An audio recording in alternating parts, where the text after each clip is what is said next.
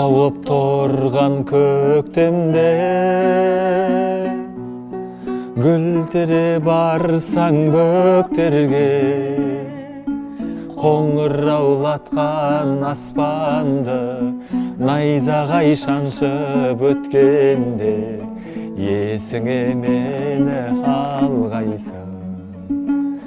Қоңыраулатқан аспанды найзағай шаншып өткенде есіңе мені алғайсың. Ардақты көрермен, бүкіл әлемді жаулаған осынау індет өнерге де кесірін тигізді. Әсіресе театрға. Театр тірі организм.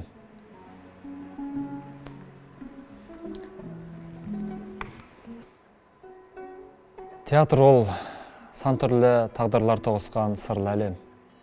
Театр ғылым. Театр сағыныш. Біз үшін қашанда көрерменнің ыстық ықыласы, қошеметі, пейілі маңызды. Сіздермен сахнада қауыша алмасақ та, сіздерге деген сағынышымызды, махаббатымызды жеткізгіміз келеді.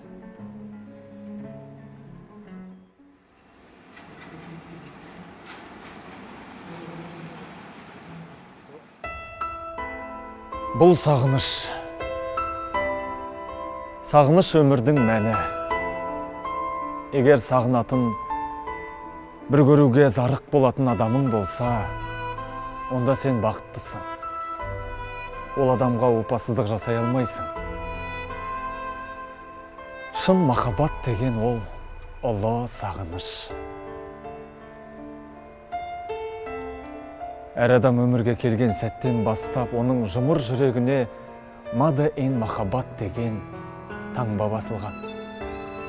Сол таңба арқылы олар бір-бірін іздейді, мәжнүн күй кешеді. Ғажап сезімге бөленеді. Махаббаттың қандай ұлы сезім екенін дәлелдеу үшін қаншама поэзия жазылды. Қаншама спектакль қойылды. Том-том кітаптар жазылды. Бірақ біз сонда да махаббаттың не екенін әлі ұғына алмай келеміз. Дүниеге қаншама сәби келеді. Олардың барлығы махаббаттың кермек дәмін татады. Сағынады, сүйеді, ғашық болады, мәжнүн күй кешеді. Бұның өзі ұлы сезім, махаббат бар деген сөз.